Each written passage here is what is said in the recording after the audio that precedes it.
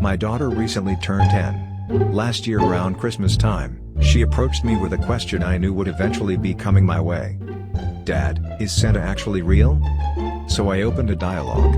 I asked her what she thought. She responded that her friends at school had been talking about how Santa isn't actually real and she wanted to know if they were right. So I delved further and asked if she thought it was possible for someone to visit every single household in the world in one evening. No. That seems pretty crazy. I asked her if she thought reindeer were truly magical and could fly. No, that's silly too.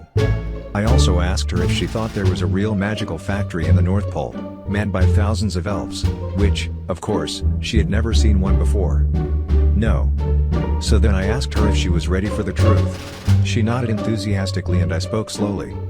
"You're Santa Claus." She stared blankly at me, rather confused at what she just heard.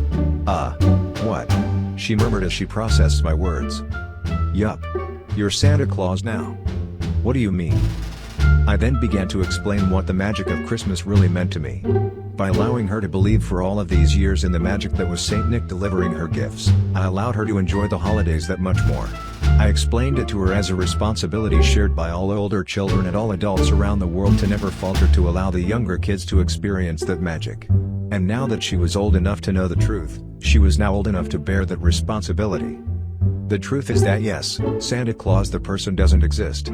But the idea of Santa exists in us all, and we are the ones who make sure that magic stays alive. So we play up the story, we drum up the wonder, and we let the magic stay alive as long as it can, until a child is old enough to ask if Santa is really out there or not. So now you get to share in that responsibility. And it's a big responsibility to have. It's now part of your job to make sure your little brother gets to feel that same magic you experienced for the past 9 years. So, would you like to help me keep that magic alive? And man, if only you could have seen her face. She wasn't sad or heartbroken, but rather had a look of awe and wonder I had never seen before. Like she was now privy to a big secret that only she could keep. And that's how my daughter asked me about Santa for the last time. Instead, she asks me how she can make Santa come to life.